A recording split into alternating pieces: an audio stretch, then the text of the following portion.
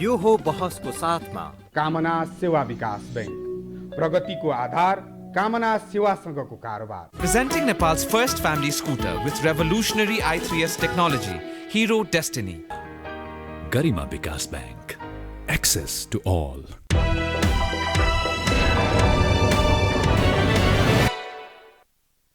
नमस्कार, यो बहसमा म यहाँहरूलाई हार्दिक स्वागत गर्दछु। जीवराम भण्डारी। आज यहाँहरू सामुन्ने उपस्थित हुनुहुन्छ डाक्टर विष्णुराज उप्रेती।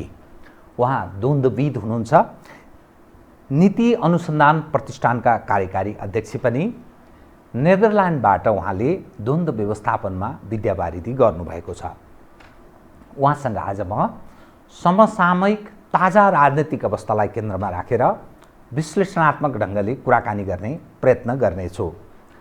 नेपालको राजनीति विगतदेखि वर्तमानसम्म हेर्दा, खास गरी 7 सालदेखि पछिको अवस्थालाई हेर्दा, निरन्तर हरेक 10-10 वर्षमा राजनीतिक परिवर्तन भएको या राजनीतिक आमूल परिवर्तन हुने कोसिस भएको त्यस्तो देखा पर्दछ।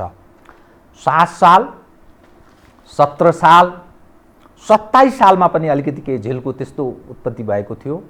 36 सालको जनमत सङ्ग्रह घोषणा, तत्पश्चात 46 सालपछि 52 सालमा माओवादीले प्रारम्भ गरेको सोगोसे जनयुद्ध, 62-63 सालको परिवर्तन।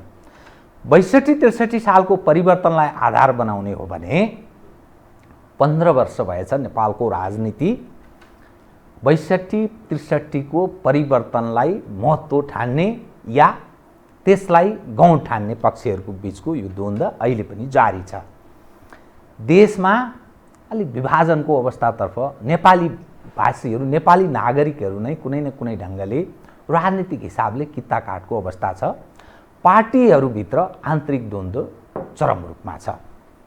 अबको राजनीति यात्रा के हुन्छ, थेगिन्छ, कता प्रवेश गर्ला, समग्र विषयमा उठान गर्ने प्रयत्न गर्नेछु। सर्वप्रथम म उहाँलाई स्वागत गर्छु। स्वागत छ यहाँलाई। नेपालको परिवर्तनको एउटा सुन्दर पक्ष, ठुलो परिवर्तन हुन्छ, स्वीकार छन्, तर केही समयपछि फेरि विद्रोहात्मक भावनाले ठाउँ लिन्छ र अर्को स्थिति उत्पन्न हुन्छ। नेपालको राजनीतिमा निरन्तर देखेको तस्बिर। यत्रो ठुलो परिवर्तन भयो भनियो होइन, संविधान सभाबाट संविधान जारी पनि भयो भनियो, तर हेर्दा के देखा पर्छ भने नेपालीहरूलाई के प्राप्त भयो, के लाभ भयो भन्ने एउटा दृष्टिकोण बन्न थालेको छ। विगतको जो दुःख छ त्यो बढ्दैछ। विदेशमा गएर गुजारा गर्नुपर्नेको सङ्ख्या झन्झन बढ्दै गएको छ। राजनीतिक मानिसहरूको सुख सुविधा, उनीहरूको ऐस आराम छरछिमेकले देख्छन्। हिजोको काइलो साइलो अन्तरे आजको पजिरो प्राडो एकदम भव्य महलमा बस्ने स्थितिमा छ। तर त्यो गरिब जो दिनदुखी जनता छन्, त्यो त्यसको अवस्था त्यो हिजोको भन्दा झन्झन अप्ठ्यारो स्थितिबाट गुज्रदै गएको छ। राजनीतिक मानिसहरू लाभको धन्दामा छन्। सामान्य रूपमा हेर्दा यो वा त्यो कुनै आग्रह पूर्वाग्रहवश मैले यो विषय उठान गरेको छैन, डाटाहरूले त्यस्तो देखाउँछ।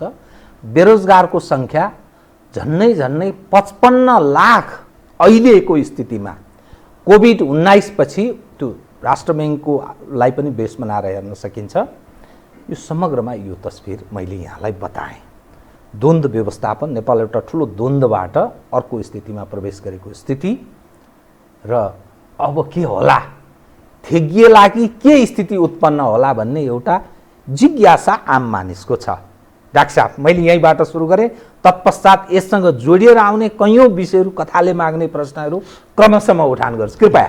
धन्यवाद भण्डारी सर। सबभन्दा पहिला त तपाईँले एउटा एकदम आधारभूत कुरो उठाउनु भएको छ, त्यो किन यति छिटो परिवर्तन हुन्छन् र त्यो परिवर्तनले किन स्थायित्व पाउँदैनन्। यो एउटा नेपाली राजनीतिले, नेपाली समाजले, नेपालको बौद्धिक वर्गले अत्यन्त गहिराइका साथ विश्लेषण समीक्षा गर्नुपर्ने विषय हो। यो खास गरी यस्ता खालका परिवर्तन भएका देशहरूको अध्ययन गर्दाखेरि, मेरो अलिक बढी अध्ययनको क्षेत्र अफ्रिका थियो, यस्तो सवालहरूमा के देखिन्छ भन्दाखेरि राजनीति परिवर्तनको लागि अत्यन्त ठुलो जुन कुराहरू राज्यको सामर्थ्य, हाम्रो सामाजिक यथार्थ आर्थिक धरातललाई नहेरिकन प्रतिबद्धता एकदम ठुल्ठुला जनाउने, त्यही प्रतिबद्धतालाई लिएर जनताहरूले त्यस्ता परिवर्तनलाई साथ पनि दिने, त्यो परिवर्तन भइसकेपछि दिएका प्रतिबद्धताहरू जनतासँग गरेका वाचाहरू पुरा गर्न एउटा राज्यको क्षमता नहुने। अर्को चाहिँ फेरि कस्तो देखिन्छ भने अफ्रिकामा एकदमै धेरै देखिएको, हाम्रो देशमा पनि देखियो, सत्तामा पुगिसकेपछि शासकहरूले अथवा परिवर्तनका वाहकहरूले जसले परिवर्तनको नेतृत्व गरेका छन् उनीहरूले विविध कारणले, आफूभन्दा वरिपरि भएका व्यक्तिहरूको प्रभावको कारणले हुनसक्ला, आफ्नो महत्त्वाकांक्षाले हुनसक्ला, उनीहरूलाई सल्लाह दिने व्यक्तिहरूको कारणले हुनसक्ला, त्यो आम नागरिकको चासोको सरोकार भन्दा पनि आफू कसरी मजबुत हुने भन्नेतिर बढी लाग्ने कारणले गर्दाखेरि यस्तो भएको देखिन्छ। तपाईँको सबभन्दा महत्त्वपूर्ण कुरो के हो भने हामीले खास गरी दक्षिण अफ्रिका जस्ता केही देशहरूलाई हेर्दाखेरि देखिने, जब राजनीतिक रूपान्तरण हुन्छ, राजनीतिक रूपान्तरण हुँदाखेरि त्यहाँ केही आधारभूत कुराहरूमा रूपान्तरण हुनुपर्ने देखिन्छ। एउटा केमा रूपान्तरण भने तपाईँका नियम प्रक्रियाहरूमा रूपान्तरण हुनुपर्ने, परिवर्तन हुनुपर्ने, चेन्ज, यो जुन परिवर्तन आएको छ त्यसलाई सम्बोधन गर्ने गरी राज्यका संयन्त्रहरू त्यसरी बन्नुपर्ने, राज्यका नियम ऐन कानुनहरू त्यसरी बन्नुपर्ने, राज्यको प्रशासनिक संयन्त्र त्यसै गरी बन्नुपर्ने र त्योभन्दा महत्त्वपूर्ण राजनीतिक नेतृत्वको मनोविज्ञान पनि त्यसरी नै यो परिवर्तनलाई संस्थापित गरौँ, यो परिवर्तनलाई चाहिँ स्थायी बनाऊँ भनेर लाग्नुपर्ने। अनि त्यसको साझा एजेन्डा चाहिँ आर्थिक सुदृढीकरण, आर्थिक वृद्धि दर। अहिले जुन हजुरले भन्नुभयो यत्रो धेरै बेरोजगार छन्, यति धेरै अस्थिरता छ, यसको कारण के हो भने राजनीतिक परिवर्तनलाई स्थायित्व दिने महत्त्वपूर्ण आधार, संसारभरिको अध्ययनबाट स्थापित भइसकेको आधार के हो भने आर्थिक समृद्धि हो, होइन। जब आर्थिक रूपमा त्यो साझा एजेन्डा हुनुपर्छ नि राजनीतिक संवाहकहरूको, राजनीतिक रूपान्तरणका चाहिँ अगुवाहरूको, नेपालको परिप्रेक्ष्यमा भन्ने हो भने प्रमुख राजनीतिक पार्टीहरू जसले चाहिँ पहिलाको व्यवस्थालाई परिवर्तन गरेर यो व्यवस्था ल्याए, उहाँहरूको सबैको साझा प्राथमिकता भनेको राजनीतिक रूपान्तरण हुनुपर्ने हो।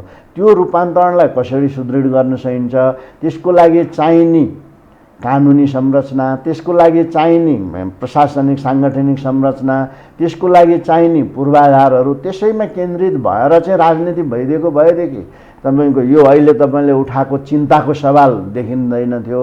अहिले भइदियो के भनेदेखि राजनीतिक एजेन्डा फेरि पनि ओझेलमा पर्यो। अब जबसम्म अघि भन्नुभयो नि तपाईँले 55 लाखभन्दा बढी मान्छे बेरोजगार छन् भन्ने, यदि यो हो भनेदेखि त हामीले यो द्वन्द्वको आधारभूत कारणहरूको विश्लेषण गर्दा सबैभन्दा प्रमुख मध्येको एउटा कारण केलाई मान्छौँ भने बेरोजगारी र बेरोजगारीबाट सृजना भएको युवाहरूको नैराश्यतालाई प्रयोग गरिँदाखेरि त्यो चाहिँ भाइलेन्ट भन्छ नि, यो हिंसात्मक हुनसक्छ र त्यसका तनावहरू द्वन्द्वहरू सृजना हुन सक्छन्।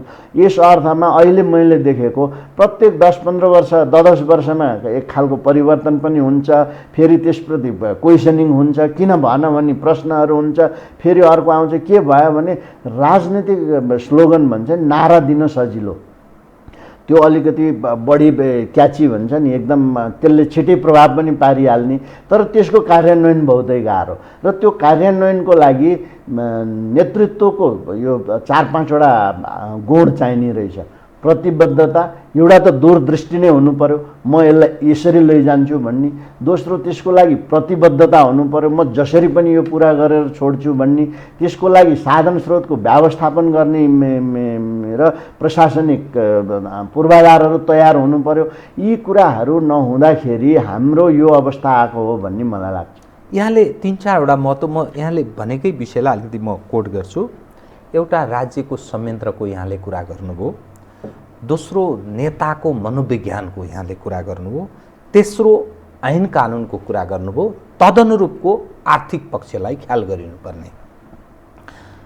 कहाँनिर समस्या छ? जो सबभन्दा बढी समस्या केमा छ? राजनेता भनिनेहरूको अथवा राजनेता भने धेरै ठुलो शब्द चयन भयो, त राजनीति गर्ने अगुवाहरूमा बढी समस्या हो कि राज्यको हाम्रो संयन्त्र बढी फितलो भयो, यो पुरानो गए गुज्रेको भयो, परम्परागत भयो, पछिल्लो 21औं सदीलाई सम्बोधन गर्ने चरित्रको भएन भन्ने रह्यो कि अथवा ऐन कानुनमा केही समस्या छ जसको कारण यो आर्थिक डावाडोलको अवस्था छ र हाम्रो परनिर्भरता, हामी कृषि प्रधान देश, कृषिमै हामी आश्रित छौँ, विदेश आश्रित छौँ, परनिर्भर छौँ।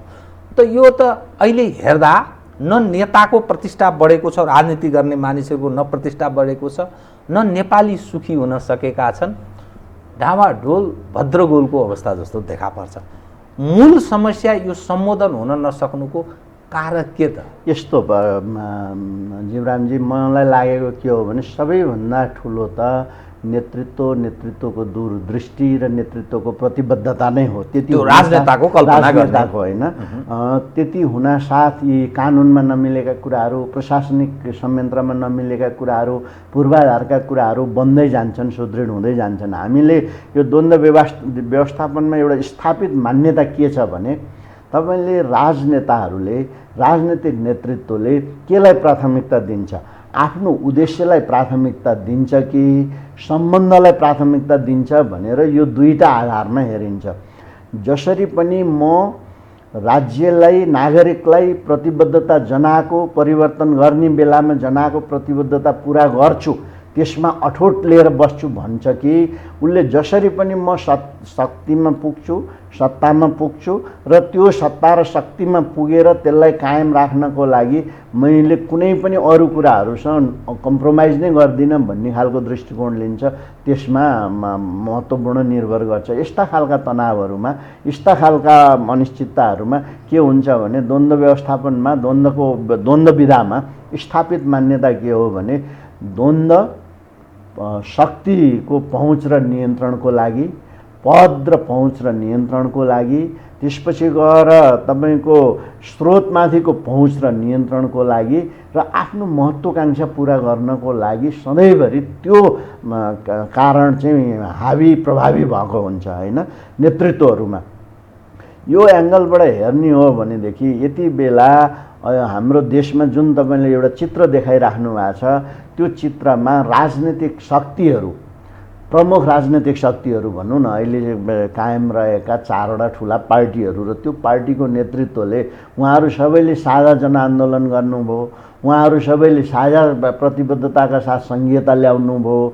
त्यसपछि अब उहाँहरूको अर्को साझा प्रतिबद्धता के हुन्थ्यो त भन्दाखेरि आर्थिक विकासको लागि, आर्थिक सुदृढीकरणको लागि, देशमा रहेको बेरोजगारीको उन्मूलन गर्नको लागि।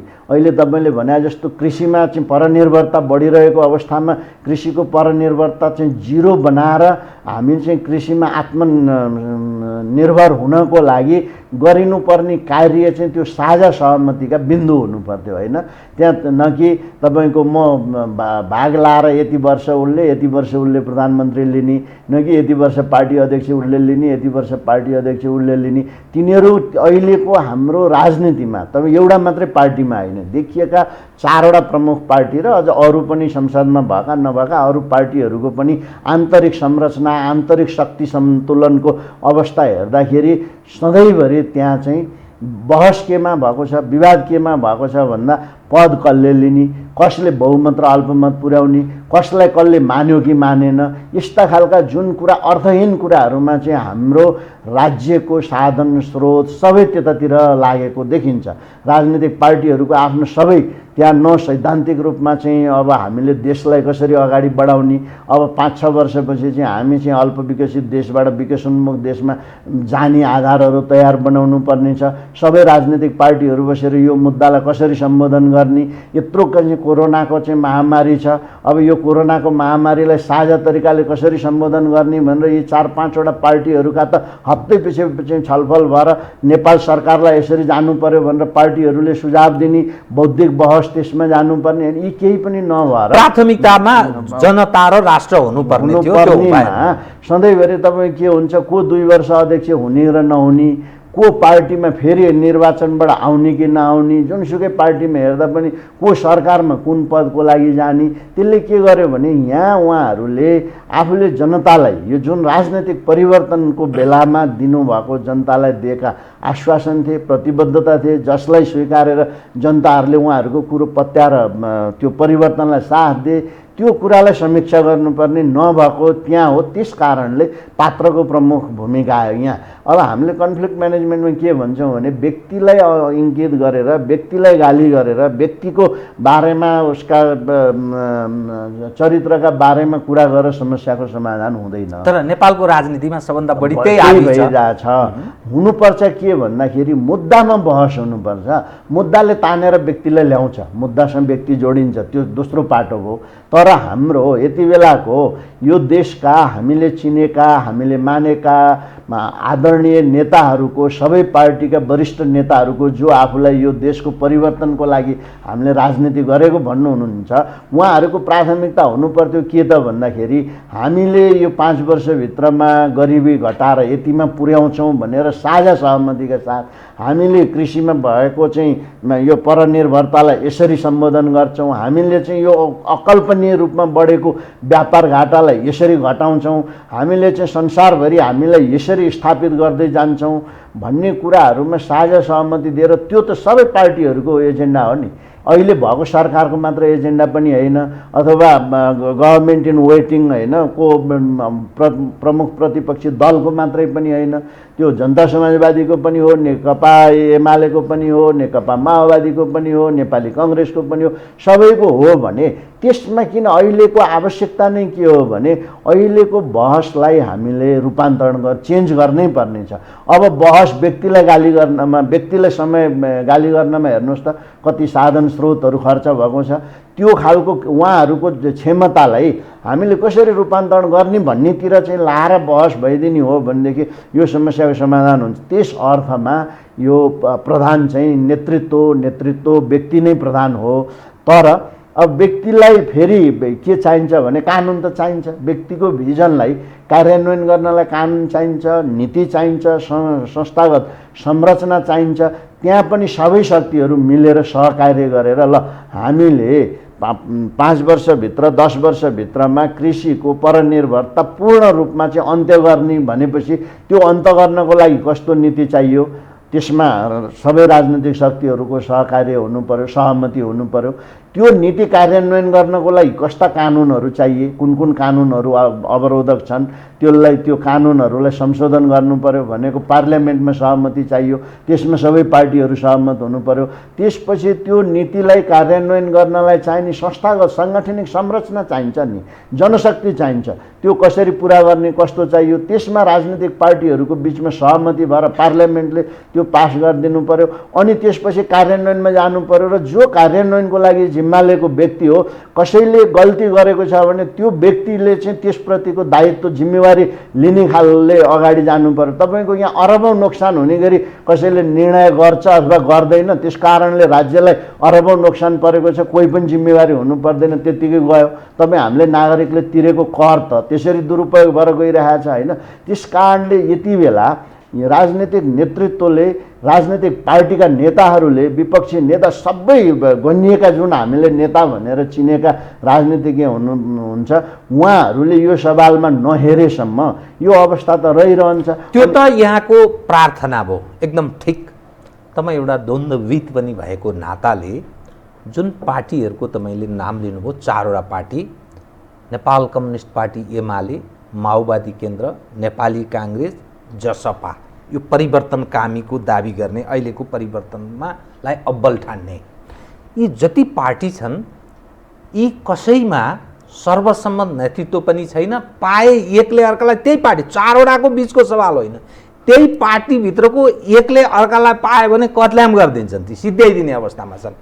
एउटा द्वन्द्वविदको नाताले यस्तो स्थितिमा मानिसको जुन फ्रस्ट्रेसनको रेट मैले बताएँ, उद्योग धन्दा व्यापार व्यवसाय चौपट छ, विदेशमा गएर गुजारा गर्नुपर्ने अवस्था छ, आन्तरिक स्थिति बडा लथालिङ्गको स्थितिमा छ, राजनीतिमा आपराधिक चरित्र हाबी हुँदै गएको छ र खास गरी तेस्रो विश्वमा यो सङ्ख्या आगामी दिनमा झन् बढेर यस्तो खाले सिस्टममा झन् बढेर जान्छ भन्ने उदाहरण हाम्रै छिमेकी देशहरूलाई दिन सकिन्छ। बिहारको चुनाव हेर्न सक्नुहुन्छ तपाईँ, युपीको हेर्न सक्नुहुन्छ, पश्चिम बङ्गालको हेर्न सक्नुहुन्छ, या अरू देशको बङ्गलादेश, पाकिस्तान, धेरै देशहरूमा हेर्न सक्नुहुन्छ।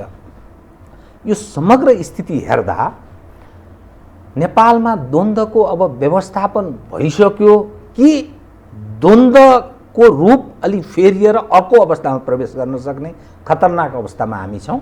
मैले यसमा किन जोड्न खोजेको भने बाह्य चलखेलको कुरा पनि हामी गर्छौँ, राजनीतिक नेतृत्वको राष्ट्रिय लोयल्टी उपर पनि प्रश्न छ र प्रशासनिक संयन्त्र र सुरक्षा संयन्त्र त्यो इन्ट्याक्ट अवस्थामा छ भनेर मान्ने आधार कहीँ त्यस्तो देखा पर्दैन।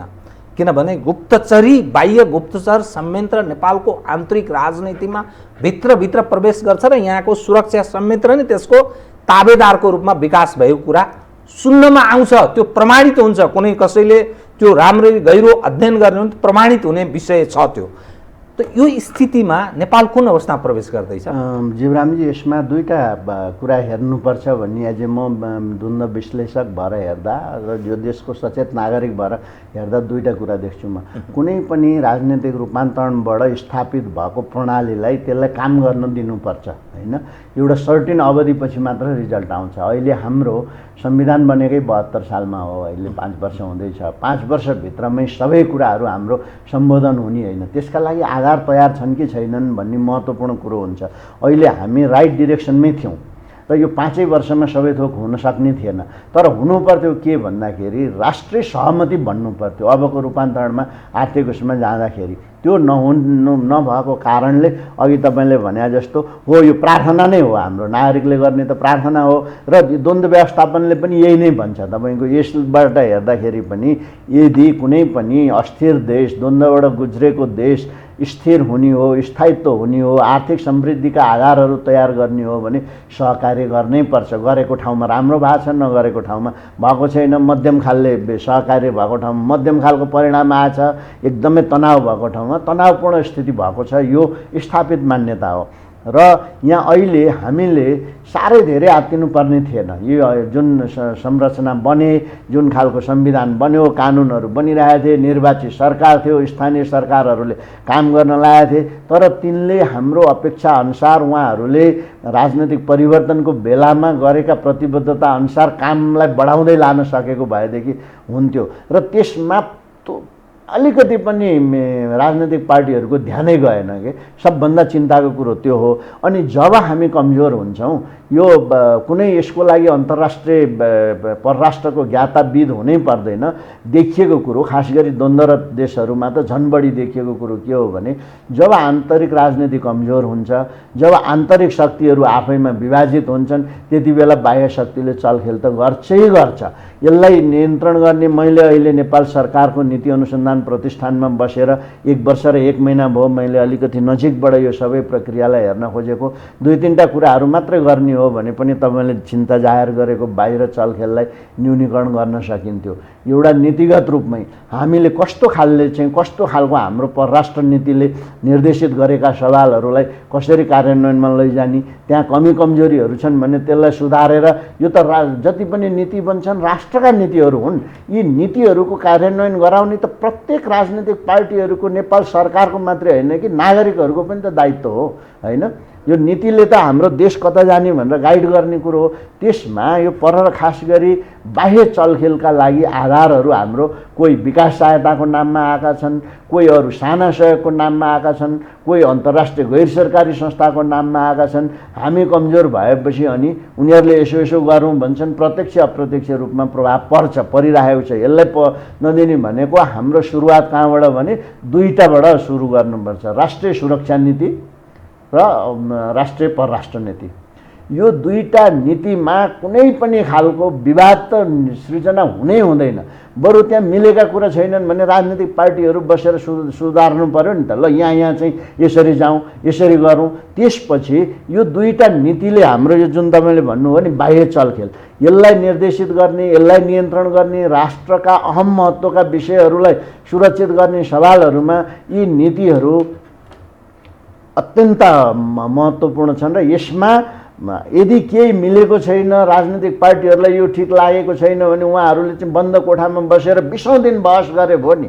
यसका चाहिँ जोखिमहरू यो छन्, यसले चाहिँ यो अहिलेको नीति कार्यान्वयनमा जाँदा यी खतराहरू हुन्छन् अथवा यी फाइदाहरू हुन्छन्, अझै राम्रो बनाउने हो भने यसो यसो गर्नुपर्छ, यसमा यो पार्टीको किन यो पोजिसन भनेर त्यहाँभित्र त उहाँहरूले त यो हामीले कन्स्ट्रक्टिभ क्रिटिसिजम भन्छौँ कि यसमा व्यापक बहस गरेर ल अब यो चाहिँ साझा भइसक्यो भनेपछि यी दुईवटा राष्ट्रिय सुरक्षा नीति र परराष्ट्र नीति, यति दुईटा चाहिँ राष्ट्रको मुख्य एजेन्डा खास गरी बाह्य चलखेलको सरकारको सम्बन्धमा हुन साथै यो समस्याको समाधान हुन्थ्यो, तर त्यो भएको छैन। यहाँलाई मैले यहाँ द्वन्द्वविद भएको हुनाले यो मौकालाई मैले छोड्न अलि त्यति ठिक लागेन। बडा महत्त्वपूर्ण कुरा तपाईँले भन्नुभयो, राष्ट्रिय सुरक्षा नीति र राष्ट्रहितको परराष्ट्र नीति। यस सवालमा यहाँका राजनीतिक दल, यसका अगुवाहरू गम्भीर हुनुपर्छ। तर जुन देशको प्रधानमन्त्रीमाथि अर्को पूर्व प्रधानमन्त्री, अर्को सर्वाधिक यो परिवर्तनको सम्भाग मूल नायकले प्रधानमन्त्री 25-30 वर्षदेखि विदेशबाट पालित पोषित यो अहिले समाप्त पार्न लागेको छ विदेशी आडमा। उहाँले सार्वजनिक रूपमा भनेको, मैले भनेको होइन। उहाँको यो भनाइले के अर्थ लाग्छ भने यो सरकार विदेशीहरूको दलालको सरकार हो। उहाँको प्रचण्डजीको भनाइअनुसार जुन देशको परिवर्तनमा 12 बुँदे दिल्ली सहमति भएको छ, नेपालको राजनीतिक परिवर्तन त्यो तस्बिर म बताइरहेको छु, र नेपालको हरेक खाले परिवर्तनहरूमा नाकाबन्दी हुन्छ। त्यो नाकाबन्दीमा अहिलेको परिवर्तनकामी ठुला ठानिएका राजनीतिक दलहरू गौरव गरेका छन् राजनीतिक लाभका लागि। अनि तपाईले यो राष्ट्रिय सुरक्षा, राष्ट्रहितको सुरक्षा नीति र राष्ट्रहितको परराष्ट्र नीतिको सवालमा एक हुनुपर्छ यो राजनीतिक दलहरू जो भन्नुभयो नि, त्यो सम्भव छ कसरी बताइदिनुहोस्। एउटा त सबभन्दा पहिला प्रचण्डजीले जे भन्नुभयो वर्तमान प्रधानमन्त्रीलाई त्यो उपयुक्त होइन, गलत। त प्रधानमन्त्रीले खण्डन गर्नु भएन, त्यसलाई ग्रहण गर्नुभयो नि त, शास्त्र स्वीकारेको देखियो। अब त्यो कहीँ उहाँको तर्फबाट, सरकारी तर्फबाट खण्डन आएन होइन। त्यो चाहिँ त अब उहाँले किन गर्नु भएन भन्ने बेग्लै कुरो होला होइन, गर्नु भए पनि हुनसक्ला, आउला, के त्यो मेरो भएन।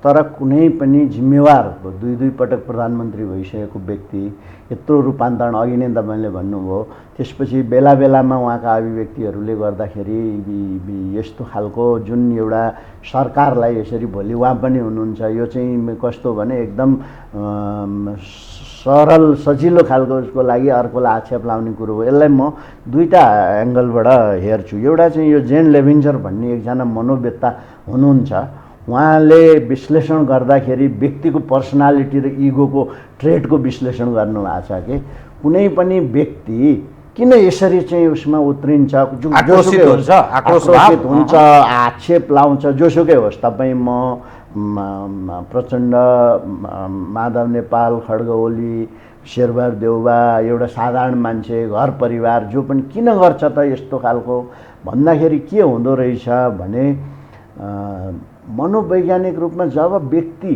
कमजोर बन्छ, धरातल कमजोर हुन्छ, अनि त्यो धरातल कमजोर भइसकेपछि आफ्नो असुरक्षालाई प्रस्तुति गर्नलाई अर्कालाई दोष आरोपण गर्ने, अर्कालाई आक्षेप लाउने र त्यो आधारबाट अगाडि बढ्छ भन्ने चाहिँ उहाँको यो मनोवैज्ञानिक सिद्धान्त छ। यो सिद्धान्तको खाकाबाट हेर्दाखेरि तपाईँले म यति कारणले अर्कोभन्दा उपयुक्त छु, यस्तो कारणले मेरो भिजन यो हो, मेरो दृष्टिकोण हो, म यसरी जान्छु भन्दाखेरि सकारात्मक बाटो हुने हो। अर्कोलाई गाली गर्दाखेरि फेरि अर्को मनोविज्ञान छ, एकजना फेरि रेने गेरार्ड भन्ने अर्को मनोवेत्ताले के भन्नुहुन्छ भने मान्छेको स्वभावै त्यस्तो हुन्छ, नकारात्मक कुरा चाहिँ सुनिहाल्ने। न अहिले तपाईँले भन्नुभयो नि हामी सबै केबाट प्रभावित छौँ भने हो कि क्या हो, उसले भन्दा किन खण्डन गरेन त भनेपछि नकारात्मक कुरालाई त्यो मान्छेले यति धेरै सकारात्मक कुरा गरिन्छ है भन्यो भनेदेखि मान्छेले वास्ता गर्दैन होइन। तर नकारात्मक कुरो आयो भने एकदमै लिएर अहिलेको सामाजिक सञ्जाल पत्र पत्रिका हेर्नुहोस् न, अहिले हामी यो देश के अहिले यहाँ जसरी प्रस्तुत भइरहेको छ त्यसरी नै खतमै भइसक्यो त? त्यसो त होइन। पोजिटिभ पक्षहरू पनि धेरै छन्, तर त्यो पोजिटिभ पक्षमा कहिल्यै बहस हुँदैन। एउटा कुरो के चाहिँ यथार्थ हो भने तपाईहरू जस्तो अलिकति बौद्धिक पत्रकारहरूले, बौद्धिक व्यक्तित्वहरूले कमी कमजोरीलाई हटाउनको लागि कमी कमजोरीमा केन्द्रित रहेर बहस गर्छन्, एउटा पाटो हो। अर्को पाटो समाजको मनोविज्ञान नकारात्मकबाट सकारात्मक ल्याउनलाई भइराखेका सकारात्मक पक्षहरू, हाम्रो समाजको रिसिलिएन्ट कति छ भन्नु न, यो सामना गर्ने क्षमता, सामाजिक सामना गर्ने क्षमता, चाहे कोभिडमा होस्, चाहे भूकम्पमा होस्, होइन, चाहे नाकाबन्दीको बेलामा होस्, त्यति ठुलो छ। हामीसँग सहकार्य र सहअस्तित्व गर्ने, भूकम्पको बेलामा तपाईँको बिएससी एमएससी पढ्दै गरेका विद्यार्थीहरू संसारभरिबाट खनिएर यहाँ काम गरे, ती पाटाहरू हाम्रा आफ्ना जुन सकारात्मक पक्षहरू छन् त्यसमा बहस हुँदैन। एउटा त त्यो कारण भयो। अर्को चाहिँ अहिले एउटा राजनीतिक नेतृत्व सबै पार्टीहरूमै भएको नेतृत्वले गर्नु नहुने उहाँहरूलाई थाहा पनि छ। यो थाहा नपाएर त होइन, तपाईँलाई मलाई थाहा हुन्छ भने उहाँहरूलाई थाहा हुँदैन। त्यो भावावेशमा आएर त्यो आफ्नो इगो, नेगेटिभ इगो भन्दो रहेछ कि त्यसलाई, नेगेटिभ अहम, नकारात्मक अहमको सन्तुष्टिको लागि, एकैछिनको सन्तुष्टिको लागि जे पनि भनिदिने, त्यसको पुष्टाइ गर्नुपर्ने हुन्छ नि त। यदि कानुन सम्मत चलेको देशमा हो भनेदेखि आफूले बोलेको कुराको पुष्टाइ गर्ने जिम्मेवारी त जसले बोल्यो उसको हुन्छ नि, होइन। जे पनि आक्षेप लाउन थाल्यो भनेदेखि त भोलि त्यसले त कहाँ पुर्याउँछ भन्नुहोस् त। कि यो देशको अस्तित्वसँग जोडिएका कुराहरूमा यति सरल तरिकाले यसरी भन्न मिल्छ? पक्कै पनि मिल्नु नपर्ने हो कसैले पनि। जसले जसरी आक्षेप लगाइराख्नु भएको छ, आक्षेप लाउने कुराहरूले राजनीतिक तवरले हेर्दाखेरि, राजनीतिक लाभ हानिको तवरले हेर्दाखेरि उहाँहरूले गर्नुभएको होला, तर राष्ट्रको, अघि हामीले भन्यौँ नि, राष्ट्रको अस्तित्वको एङ्गलबाट हेर्ने हो भने, यो देशको आवश्यकताको आधारमा हेर्ने हो भने, हामी नागरिकको अपेक्षाको आधारमा हेर्ने हो भनेदेखि त यो ठिक छैन। अर्को पाटो यसमा के देख्छु म भने, आक्षेप लाउने एउटाले अर्कोलाई कमजोर बनाउने, तर्कका आधारमा, प्रमाणको आधारमा सबैतिर हुँदो रहेछ, खास गरी चुनावको बेलातिर। प्रमाणको आधारमा केही विषय उठान गर्छु म, भन्नुहोस् त। अनि त्यसपछि म केही प्रमाणको आधारसहित कुरा गर्छु, म ओपन छु यस्ता सवालमा। तर्कको आधारमा, प्रमाणको आधारमा अर्को पक्षलाई कमजोर बनाउनलाई गर्ने चाहिँ यो कमन देखिन्छ।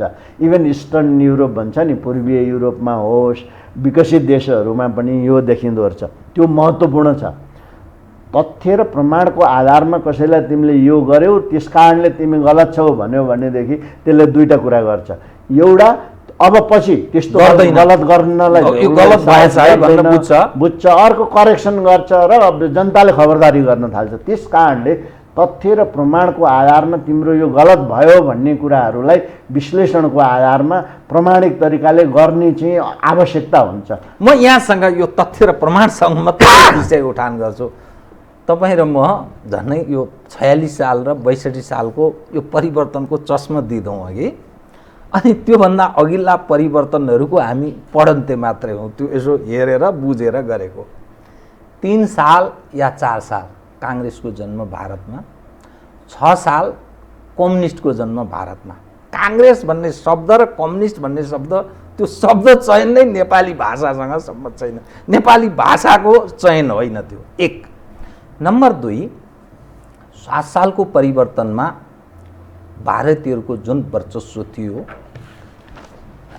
46 सालको परिवर्तनको म पनि एउटा चस्मा दिँदु। चाक्सी बारीमा हरकिशन सिंह सुरजितदेखि चन्द्रशेखर सहितको सगौरव उपस्थिति, काङ्ग्रेस र तत्कालीन माले मार्क्सवादीका नेताहरूको सगौरव उपस्थिति, अनि 62-63 सालको परिवर्तन, 12 बुँदे दिल्ली सहमति, हालै निधन हुनुभएका प्रणब मुखर्जी भारतका पूर्व राष्ट्रपति, उहाँले दाबी गरे अनुसार हामीले मिलायौँ नेपालमा राजनीतिक परिवर्तनका लागि। उहाँले अल जजिरा टेलिभिजनमा बोलेको कुरा र नेपालको यो परिवर्तित सन्दर्भ, प्रचण्डजीले ओलीमाथि लगाएको आक्षेप, ओलीले प्रचण्डजीमाथि लगाएका आक्षेपहरू र यहाँको राजनीतिक पार्टीहरू बिचको यो आन्तरिक लडाईँ र शान्त कूटनीतिमा विश्वास गर्ने चीन क्रियाशील हुँदै गएको, एमसीसीको विषय अर्को ढङ्गले प्रवेश गरेको,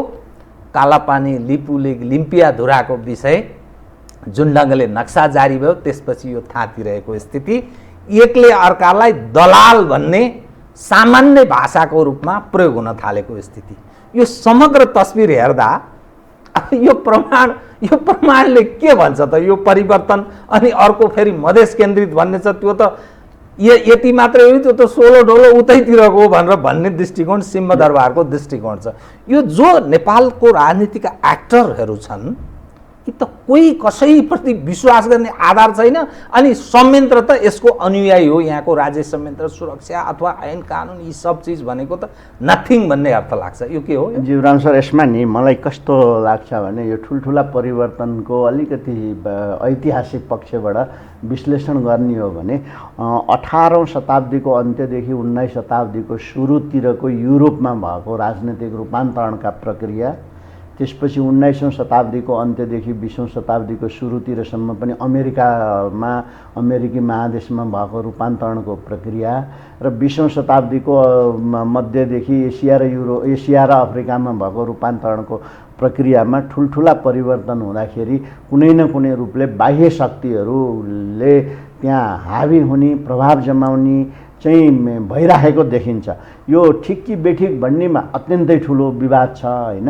आधारभूत कुराहरूमा चाहिँ यो देशको बाउन्ड्रीले मानव अधिकारका सवालमा, लोकतन्त्रका सवालमा रोक्दैन भन्ने एउटा स्कुल अफ थट, एउटा चिन्तनको धारा छ भने अर्को धाराले कुनै पनि राज्यको राजनीतिक सवालमा बाहिरी देशको चासो भनेको हस्तक्षेप हो भन्ने धार प्रष्ट रूपमा देखिन्छ र यो फेरि शक्तिसँग जोडिएको हुँदो रहेछ हैन।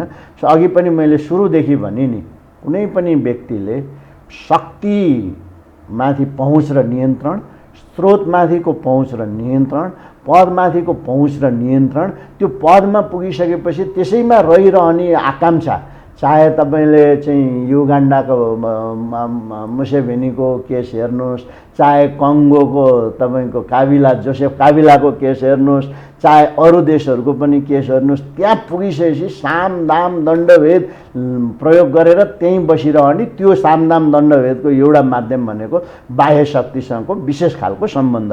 यो चाहिँ यथार्थ रहेछ। अब यसलाई हामीले अलिकति पावरको उसबाट हेर्ने हो भनेदेखि जब यस्ता खालका रूपान्तरणहरू अहिले हाम्रो भाषामा, पछिल्लो भाषामा लोकतन्त्र चाहिँ अलिक परिष्कृत हुँदै जान्छ, त्यति बेला यो न्यूनीकरण हुँदो रहेछ। नत्र तपाईँले भने जस्तो निश्चितै रूपमा हो, अहिले पनि म एउटा नागरिक भएर हेर्दाखेरि नेपालको सवालमा भारतको प्रभाव र पछिल्लो समयमा जुन जियो स्ट्रेटेजिक हाम्रो लोकेसन छ नि, रणनीतिक स्थान भएको कारणले बढ्दै गइरहेको बाहिरिए चाख र त्यो चाखलाई हामीले सम्बोधन गर्न सकिएन भने आउन सक्ने जोखिमको बारेमा म पनि एकदम मसिन्याएर आफ्नै तरिकाले हेरिरहेको छु, विश्लेषण गरिरहेको छु, अध्ययन गरिरहेको छु। हामीले सजिलैसँग यो गिभन भन्छ नि, जे भइरहेछ हुँदै जान्छ भन्ने तरिकाले बस्नु हुँदैन। यसमा चाहिँ कतिपय केसमा को प्रभावी भएर आउँदो रहेछ, कतिपय केसमा को प्रभावी भएर आउँछ, किन त्यसरी नै उसले यो अहिलेको व्यवहार गरिराखेको छ, उसको त्यसको पछाडिको चाहना र चाख के छ, त्यसको विश्लेषण गर्नुपर्छ। तर अब यसमा तपाईँले मैले नागरिकले त के गर्न सक्छौँ र, यसो भएन, यसो हुनु पर्यो, यसका जोखिमहरू यही छन् भन्ने हो। राजनीतिक नेतृत्वले यसमा महसुस गर्नुपर्ने कुरा हो। राजनीतिक नेतृत्वले महसुस गर्छै गर्दैन भन्ने कुरामा चाहिँ अलि निराशाजनक अवस्था नै देखिन्छ हैन। चाहे हामीले पहिला पञ्चायती व्यवस्थाको बेलामा भनौँ, चाहे पञ्चायतको अन्त्य भइसकेपछिको एउटा बहुदलीय व्यवस्थामा भनौँ, पछि आएर चाहिँ तपाईँको गणतान्त्रिक व्यवस्थामा भनौँ, यहाँ हामीले कुनै न कुनै तहको सीमा कोर्नु पर्थ्यो, त्यो सीमा कोरिएन। पहिला जे भइरहेको छ त्यो हुँदै जान्छ भन्दा त्यसलाई यो रूपान्तरणको भाषामा यो इन्क्रिमेन्टल चेन्ज र ट्रान्सफर्मेटिभ चेन्ज भन्छ कि, बिस्तारै जे भइरहेछ हुँदै जान्छ भनेर हेर्ने कि आधारभूत रूपमा हामीले राजनैतिक रूपमा रूपान्तरण गरियो भनेपछि बाह्य सम्बन्धमा पनि त्यसै गरी रूपान्तरण हुनुपर्छ, सीमा कोरिनुपर्छ भन्ने कुराहरू आवश्यक छ। अब त्यसको लागि एउटै मात्रै मलाई लागेको के भने यसलाई त तुरुन्तै भइहाल्दैन। हाम्रो अपेक्षा त हो, अघि तपाईँले भन्नुभयो नि, हाम्रो के प्रार्थना, हाम्रो प्रार्थना तर समय बलवान छ नि, समय बलवान छ। किनभने त्यो समयमा सम्बोधन भयो भने त्यसले अर्को बाटो तय गरिन्छ। अब यहाँ यो एकदम समयको अर्को महत्त्वपूर्ण पाटो ल्याउनु भयो। तपाईँले हिजोसम्म अत्यन्तै महत्त्वपूर्ण भएको सवाल आज चाहिँ त्यो सन्दर्भहीन भएर पनि अर्को ठाउँमा प्रवेश अर्को ठाउँमा यो द्वन्द्व व्यवस्थापनमा हामीले त्यसलाई चाहिँ कसरी हेरिन्छ भनेदेखि यो कन्टेक्स्ट, परिवेश, समय, परिवेश र पात्रको प्रवृत्ति, यो चारवटासँग अन्तर्सम्बन्धित भएर हेरिन्छ। यहाँ मैले अघि उठाउन खोजेको यही सन्दर्भमा एउटा कुरो चाहिँ के हो भने यो हामीले नेतृत्वले अहिले चाहिँ खालि बाह्य उसबाट प्रभावित किन भयो, किन यो लगातारदेखि भयो भन्ने कुरामा अब हामीले गर्नुपर्ने महत्त्वपूर्ण र राष्ट्रको लागि अलि दीर्घकालीन सोच चाहिँ के हो भने हाम्रो बालबालिकाहरू, हाम्रो शिक्षा प्रणालीको सुधार मार्फत भोलिका नागरिकहरू, भोलिका यो देशका चाहिँ नेतृत्वकर्ताहरू, भोलिको यो देशका अगुवाहरू झन् विद्यार्थी कालदेखि पारिवारिक तहदेखि नै हामीले हाम्रो राष्ट्रियताप्रति, देशप्रति, हाम्रो नेपालको विशिष्टताप्रति, हाम्रा आफ्ना नेपालका मौलिकताहरूप्रति चाहिँ उनीहरूलाई सचेत बनाउँदै लैजाने शिक्षा प्रणालीको विकास नगरेसम्म यो अहिलेकै तरिकाले जाँदाखेरि एडहक मात्रै हुन्छ। कोही व्यक्ति अहिले देखिया छ नि त हामीले एकदमै नयाँ जोसका साथ, नयाँ चिन्तनका साथ त्यहाँ पुग्छ। सरकारमा पुगेपछि कार्यान्वयन गर्ने बेलामा या त विवादित भएर फर्केला, त्यो सकेन भनेदेखि निराश भएर फर्केला। खासै ठुला परिवर्तन गरेर त्यसलाई संस्थापित गर्न त सकेका छैन। यो किन त भन्दाखेरि हाम्रो प्रणालीगत रूपमा सुधार नगरिकन यो चाहिँ भन्छ नि केस बाई केस गर्ने खालको एउटा यसो गरौँ भनेर गरिहाल्यो, त्यो अर्कोले निरन्तरता दिँदैन, त्यसपछि अनि त्यत्तिकै हराएर जाने खालको प्रणालीबाट होला जस्तो लाग्दैन। त्यस कारणले मैले अघि बाह्य सम्बन्धको कुरामा दुईटा परराष्ट्र नीति र सुरक्षा नीतिको कुरा गरेँ भने हाम्रो देशलाई एउटा राष्ट्रभक्तिपूर्ण, एउटा चाहिँ राज्य, यो राष्ट्रको चाहिँ विशिष्टता भएको राष्ट्र हो भन्ने खालको महत्त्व र बाह्य शक्ति अहिलेको अन्तर्सम्बन्धित वर्ल्डमा बाह्य शक्तिको प्रभाव नहुने भन्ने त हुँदैन। त्यो प्रभावले राष्ट्रिय महत्त्वका सवालमा कतिको असर गरेको छ, नकारात्मक रूपले पुर्याएको छ भन्ने कुरालाई न्यूनीकरण गर्न, नियन्त्रण गर्नको लागि शिक्षा प्रणालीमै आधारभूत रूपमा हामीले सुधार गर्नुपर्छ। यसमा राजनीतिक पार्टीहरू एक हुनुपर्ने हो। अब हामीले बनाउने आउँदो युवा पुस्ताहरू, यो देशको भोलिको भावी नेतृत्व कस्तो हुनुपर्छ त भन्ने बारेमा उहाँहरूको साझा अवधारणा भएर त्यसलाई राष्ट्रको नीतिमा समावेश गरेर त्यही अनुसारको शिक्षा प्रणालीलाई अगाडि बढाएको भए त हुन्थ्यो। तर तपाईँले मैले हामीले काहीँ देखाएको छौँ त यो सवालमा चाहिँ राजनीतिक पार्टीहरू बसेर चाहिँ बृहत छलफल गरेर चिन्तन मनन गरेर यसरी जाउँ भनेर त गरेका छैनन्। बडा महत्त्वपूर्ण विषय यहाँले मलाई चाहिँ एकदम महत्त्व यसकारण लाग्यो, शिक्षा प्रणालीमा सुधारको तपाईँले जो कुरा गर्नुभयो, हाम्रा विश्वविद्यालयहरू, हाम्रा प्राध्यापकहरू र हाम्रा अगुवा विद्यार्थीहरू, मास्टर्स लेभलमा स्टडी गर्ने विद्यार्थीहरू, उनका चरित्र, उनको लायकत, उनले प्रदर्शन गरेको अहिलेसम्मको व्यवहारहरू हेर्दा यो मूलतः के कारण यस्ता एकाडेमिक एरियाहरूमा यो पोलिटिसाइज्ड भयो भन्ने मानिसहरूको निरन्तरको त्यो प्रश्नको रूपमा रहेको छ। प्राज्ञिक क्षेत्र किन दलीयकरण भयो, दलीय भागबण्डाको शिकार भयो र त्यसले दक्ष जनशक्ति उत्पादन गर्न सकेन। फलत यो बेरोजगार बढोत्तरीमा छ, प्राविधिक ज्ञानको पूर्णतया अभाव छ र नयाँ पुस्ता यो देशको विश्वविद्यालयहरूमा अध्ययन गर्न चाहँदैन र विदेश पलायनको क्रम धेरै ठुलो सङ्ख्यामा झन्झन बढ्दै गएको छ। यो के कारण हो? यसमा मूलतः दोषी फेरि राजेश मित्र या भन्ने एउटा पक्ष हुन्छ, तर प्राज्ञिक कहलिएका मानिसहरू, कथित बुद्धिजीवी किन यसरी यो विभाजित छ? जीवरामजी, यो अत्यन्तै आधारभूत प्रश्न हो। यो मेरो पनि प्रश्न, बारम्बारको प्रश्न। म सार्वजनिक बहसमा आएदेखि भनेको 2003 देखि लगातार मैले दिएका इन्टरभ्यूहरूमा, टेलिभिजन इन्टरभ्यूहरूमा, मैले लेखेका लेखहरूमा, मैले लेखेका किताबहरूमा, मैले राजनीतिक नेतृत्वलाई भेट्दा प्रस्तुत गरेका अवधारणाहरूमा तपाईँले हेर्नुभयो भने मेरो पनि यो प्रश्न अहिलेसम्म पनि मेटिएको छैन। राजनीतिज्ञहरूलाई सजिलै दोष त दिन्छौँ हामी, तर के प्राज्ञिकहरूले पनि त संसारको एकदम राम्रो विश्वविद्यालयमा पढेर आएका छन्, त्यहाँ देखेर आएका छन्, यहाँ आइसकेपछि चाहिँ फेरि चाकडी गर्छन्। एउटा उदाहरण भनिदिन्छु म तपाईँलाई। मैले अहिले नीति अनुसन्धान प्रतिष्ठानमा केही वैज्ञानिकहरू, समाज विज्ञानका वैज्ञानिकहरू, वरिष्ठ अनुसन्धानकर्ताहरू भर्ना गर्नलाई विज्ञापन गरेँ। मैले खोजेको जस्तो पाइएन, पहिलोचोटि फेरि दोहोऱ्याएर विज्ञापन। दक्ष जनशक्तिको त्यो अभाव पाउनु एउटा पाटो। अनि त्यो विज्ञापन गरेपछि मलाई यति धेरै फोन आए, मेरो मान्छे राख, मेरो मान्छे राख, यसलाई भर्दे, यसलाई यसो मिल्छ कि, यसो मिलाइदिन सकिन्छ कि, त्यहाँ केही गर्न पाए हुन्थ्यो। यति धेरै मैले कसैलाई पनि म यो गर्न सक्दिनँ, किनभने मैले एउटा स्वतन्त्र विशिष्ट प्राध्यापकहरूको एउटा स्वतन्त्र कमिटी गठन गरेर त्यो कमिटीले उनीहरूले आफूले अन्तर्राष्ट्रिय जर्नलहरूमा लेखेका लेखहरूको अन्तर्राष्ट्रिय मूल्याङ्कनको आधारमा पाएको नम्बरबाट मात्रै म त्यसमा लिन्छु। तर म यसरी लिन्न, नत्र भनेदेखि त यहाँ मैले मान्नुपर्ने विशिष्टहरू त हजारौँको सङ्ख्यामा छन्। सबैले भनेअनुसार मैले गरिदिएँ भने त त्यो प्रतिष्ठानको त अस्तित्व नै मेटिने भयो।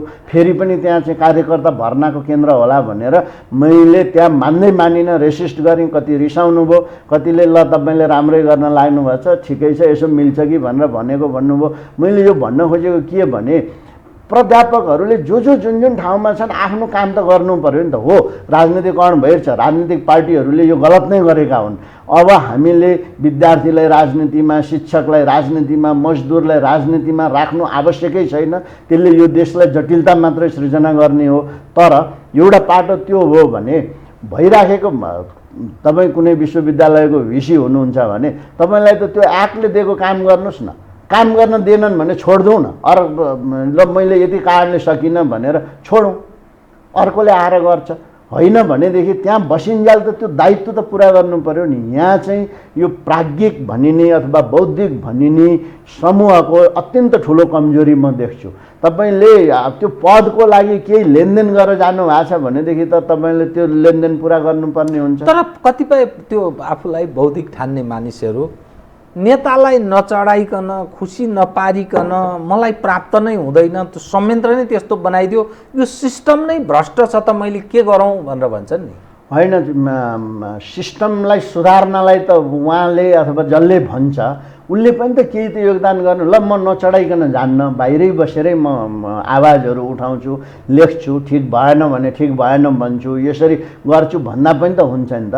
नचढाइकन पनि त जब मान्छेहरूले गएका छन्, गरिरहेका छन्। यहाँ त पुष्टाइ भएको छ, एउटाले अर्कोले ल तपाईँको नियुक्ति भएका राजनीतिक नियुक्ति नै पाएका मान्छेहरूले पनि त्यो नियुक्ति पाइसकेपछि त्यो पदको लागि तोकिएको, कानुनले तोकेका आधारमा मात्रै काम गर्छु, म अरू गर्दिनँ भनेर भन्न थाल्ने हो भनेदेखि त राजनीतिज्ञहरूले नि त बिस्तारै त रियलाइज गर्दै सिस्टम बसाउने भनेको त ल मैले देशको परिवर्तन गर्न सक्दिनँ त, मैले जहाँ काम गरेको छ त्यहाँ इमान्दार साथ काम गरेँ भने त त्यहाँ त परिवर्तन हुन्छ नि त। यो हो तपाईँले भने जस्तो सिस्टमै भइसक्यो। अब यो एकदम भागबन्डा, अब संवैधानिक परिषदमा भागबन्डा, तपाईँको आयोगहरूमा सबैमा भागबन्डा, विश्वविद्यालयमा भागबन्डा, यो त नितान्त गलत छ। त्यो गलत भन्ने कुरा त भागबन्डामा मिलेर जानेहरूले पनि त भन्नु पर्यो नि त। म ठिक कार्यक्रमको अन्त्यमा आएँ कि यो कार्यक्रमको अन्त्यमा मैले 3वटा प्रश्न एकैसाथ तपाईँलाई, मलाई समय भएन, तपाईँ नीति अनुसन्धान प्रतिष्ठानको कार्यकारी अध्यक्ष भएको नाताले जो देशमा व्यापक विकृति, विसङ्गति र सरकार उप यति धेरै आलोचना छ, यसको बारेमा यो सरकार, प्रधानमन्त्री या यसको कार्यकारी संयन्त्र जानकार छ कि छैन? किनभने तपाईँहरूले थिङ्क ट्याङ्कको रूपमा तपाईँहरू काम गर्नुहुन्छ। समाजमा भएका विकृति, विसङ्गति र सरकारले प्राथमिकतामा राख्नुपर्ने पक्षहरूलाई तपाईँहरूले काहीँ न काहीँ सरकारको ध्यान आकृष्ट गराउनु पर्ने पनि तपाईँहरूको जिम्मेवारीभित्र सायद पर्छ होला। 1 नम्बर 2, नेपालको सन्दर्भमा कुरा गर्दा बेरोजगारको सङ्ख्या बहुत ठुलो सङ्ख्यामा छ, धेरै अझै बढ्दैछ। मैले अघि उदाहरण दिएँ, डाटा मैले यहाँलाई प्रस्तुत गरेँ। राजनीतिक क्षेत्रबाट ठुलो सङ्ख्याका मानिस यो सिस्टमबाट पालित पोषित छन्। यो व्यवस्थाले तिनलाई पाल्छ पोष्छ। 36,000 जनप्रतिनिधि, लगभग 36-37,000 जनप्रतिनिधि छन् र त्यो जनप्रतिनिधिका सहयोगी संयन्त्र सबै मिलाउँदाखेरि झन्डै 50,000 प्रत्यक्ष रूपमा यो अहिलेको व्यवस्थाबाट पालिएका राजनीतिक कर्मीहरू छन्। तलब भत्ता सुविधा उनीहरूलाई प्राप्त हुन्छ। तिनले पाल्नुपर्ने गर्दा 5 जनाको हिसाब गर्दाखेरि झन्डै 2.5 लाख, अनि त्यो 2.5 लाखले प्रभावित पार्न सक्ने 10 लाख मानिस यो सिस्टमसँग निकट रहेर काम गरेको छ। 70 देखि 80 लाख मान्छे विदेशमा छन्। बाँकी झन्डै 2 करोड मानिस कुन अवस्थाबाट गुज्रेका होलान् हामी अनुमान गर्न सक्छौँ। असन्तुष्टि व्यापक हुन सक्छ भन्ने अर्थ लाग्दछ।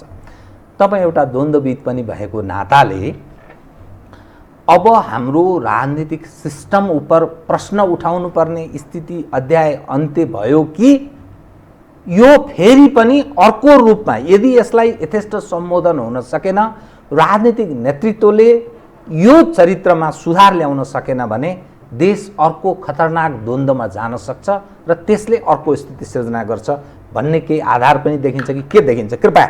धन्यवाद भण्डारी सर। त सबभन्दा पहिला त म नीति अनुसन्धान प्रतिष्ठानको अध्यक्ष, हामीले नेपाल सरकारलाई के सल्लाह सुझाव दियौँ भन्ने सवालमा हामी पनि अहिलेसम्म त्यति सक्षम भइसकेका छैनौँ। भर्खरै म गएको त 1 वर्ष 1 महिना हुँदैछ।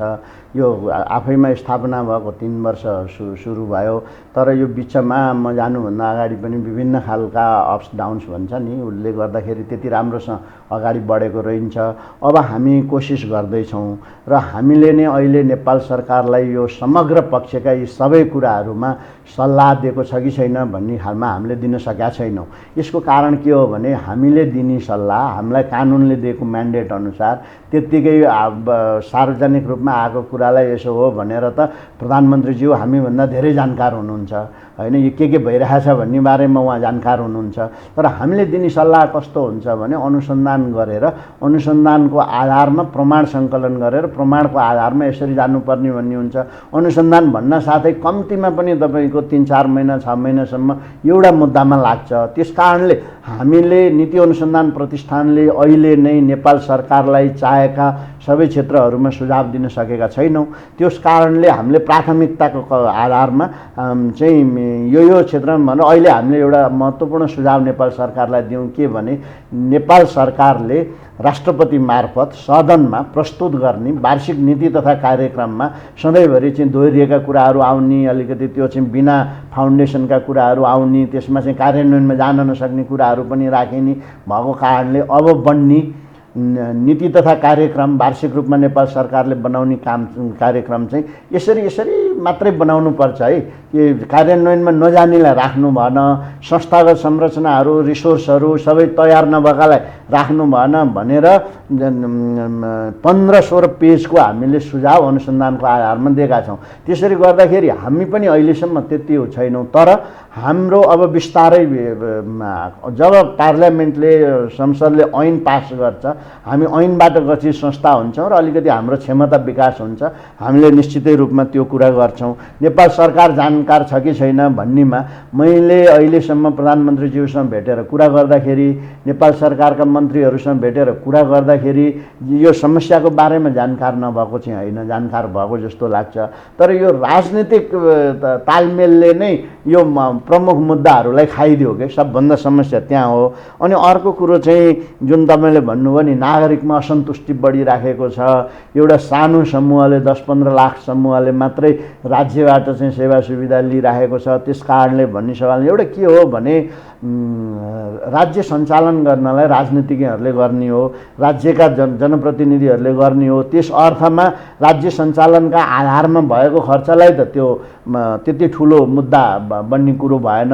तर मुख्य कुरो चाहिँ यो जब नकारात्मक भावना बढ्दै जान्छ, जब समाजमा नकारात्मक मनोविज्ञान बढ्छ, जब युवाहरू बेरोजगार हुन्छन् र त्यो बेरोजगार युवाहरूको अलिकति असुरक्षित मनस्थितिमाथि त्यहाँ अर्को खालको चिन्तन प्रवेश गराइन्छ, त्यसले अस्थिरता ल्याउँछ। द्वन्द्वको एउटा जड त्यो हो तपाईँले भने जस्तो। अहिले नै हामीले यो प्रणालीलाई प्रश्न गर्ने त बेला भएकै छैन। तपाईँले कुनै पनि प्रणाली मैले बुझेसम्म जुनसुकै प्रणाली ल्याउनुहोस्, तपाईँले 5 वर्षमा 10 वर्षमा त्यो प्रणाली ठिक कि बेठिक भनेर हेर्ने अवस्था हुँदैन। त्यसलाई कम्तीमा पनि यही प्रणालीलाई पनि 3वटा निर्वाचन पुरा गर्न दिउँ, 4वटा निर्वाचन पुरा गरोस्, त्यसले काम गर्दै जाओस्। कमी कमजोरी यस्तो खालको प्रणालीहरू फेरि यो अङ्ग्रेजीमा सेल्फ करेक्टिङ भन्छ क्या, सिक्दै सुधार गर्दै जाने प्रणाली हो। त्यसलाई मान्यता, त्यो मान्यतालाई हाम्रो राजनीतिक नेतृत्वले विपक्षीहरूले पनि बुझे भनेदेखि यो अहिले नै यो प्रश्न गर्ने बेला भएको छैन, राम्रोसँग अगाडि जान्छ।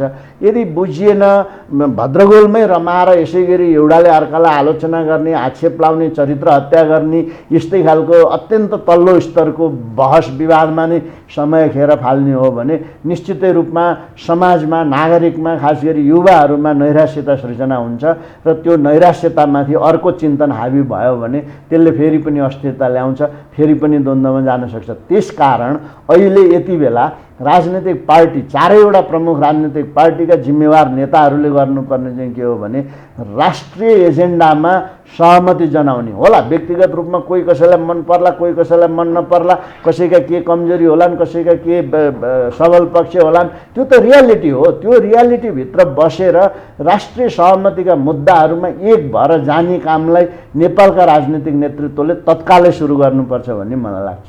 डाक्टर साहब, कार्यक्रममा आइदिनु, केही विषय त अरू उठान गर्ने इच्छा थियो, समयले यतिसम्म साथ दियो, बहुत धन्यवाद छ यहाँ। जीवराम सर, तपाईँलाई पनि मेरो विचार प्रवाह गर्नलाई तपाईँको अत्यन्तै प्रभावकारी, अत्यन्तै धेरै जनमानसले रुचाएको टेलिभिजनमा मलाई बोलाएर मेरो धारणा राख्ने अवसर दिनुभयो, त्यसको लागि विशेष धन्यवाद। आदरणीय दर्शकवृन्द, उहाँ हुन्थ्यो डाक्टर विष्णुराज उप्रेती, द्वन्द्वविद तथा कार्यकारी अध्यक्ष, नीति अनुसन्धान प्रतिष्ठान। समसामयिक विषयलाई केन्द्रमा राखेर गरेको कुराकानी।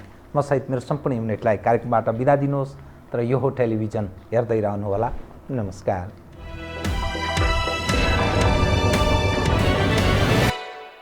यो हो बहसको साथमा कामना सेवा विकास बैंक, प्रगतिको आधार कामना सेवासँगको कारोबार। Presenting Nepal's first family scooter with revolutionary i3S technology, Hero Destiny. Garima Vikas Bank. Access to all.